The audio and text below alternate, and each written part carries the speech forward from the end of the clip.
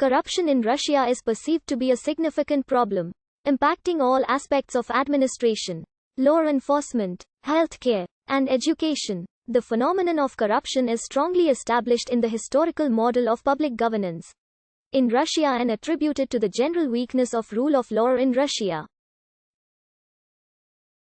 In 2020, Russia ranked 129th out of 180 countries in the Corruption Perceptions Index by Transparency International, ranking lowest in Europe, according to Richard Palmer, the Central Intelligence Agency station chief in the United States Embassy in Moscow in the early 1990s. The dissolution of the Soviet Union and the rise of Russia coincided with the illegal dispersal of the equivalent of billions of dollars from the Soviet state treasury into private accounts across Europe and the US.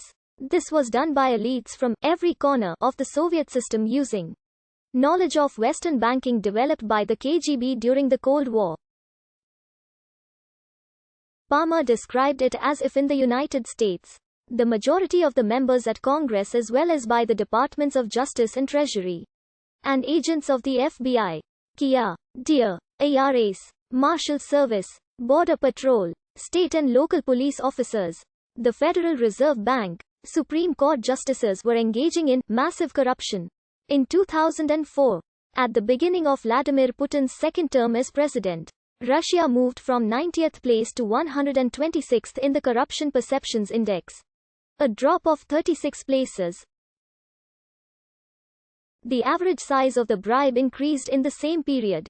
According to the Russian Interior Ministry's Department for Combating Economic Crimes, the average bribe amounted to 9,000 rubles in 2008, 23,000 rubles in 2009, 61,000 rubles in 2010, and 236,000 rubles in 2011, making the average bribe in 2011 26 times greater than the average bribe in 2008, many times the inflation rate for the same period. According to Sergei Ivanov, the Kremlin chief of staff, the most corrupt spheres in Russia are healthcare, education, housing and communal services. In comparison, independent experts from RBC magazine name law enforcement agencies as the most corrupt sphere in Russia, which is followed by healthcare, education, housing and communal services, and social security services. At the government level, however, the 5 top areas for corruption are as follows: government contracts and purchases, issuance of permits and certificates, law enforcement agencies, land distribution and land relations, construction. Estimates of the cost of corruption in Russia vary.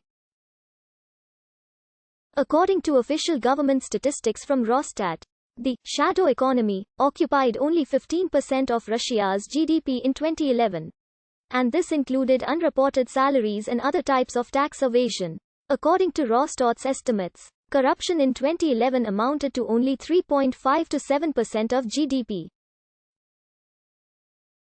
In comparison, some independent experts maintain that corruption consumes as much of 25% of Russia's GDP. There is also an interesting shift in the main focus of bribery. Whereas previously officials took bribes to shut their eyes to legal infractions, they now take them simply to perform their duties. Many experts admit that in recent years corruption in Russia has become a business.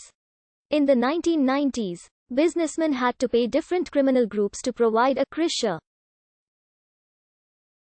Nowadays, this protective function is performed by officials. Corrupt hierarchies characterize different sectors of the economy, including education. In the end, the Russian population pays for this corruption. For example, some experts believe that the rapid increases in tariffs for housing, water, gas and electricity, which significantly outpace the rate of inflation, are a direct result of high volumes of corruption at the highest levels. In the recent years, the reaction to corruption has changed. Starting from Putin's second term, very few corruption cases have been the subject of outrage. Putin's system is remarkable for its ubiquitous and open merging of the civil service and business, as well as its use of relatives, friends, and acquaintances to benefit from budgetary expenditures and take over state property. Corporate property and land raiding is commonplace. The end result has been one of a normalization of corruption.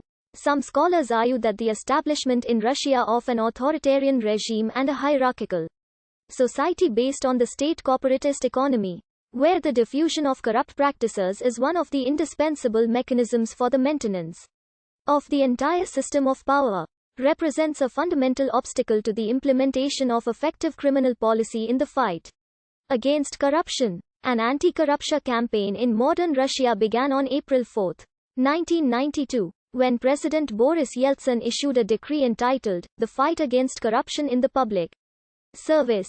This document prohibited officials from engaging in business activities. Moreover, state employees were required to provide information about their income, personal property and real estate holding,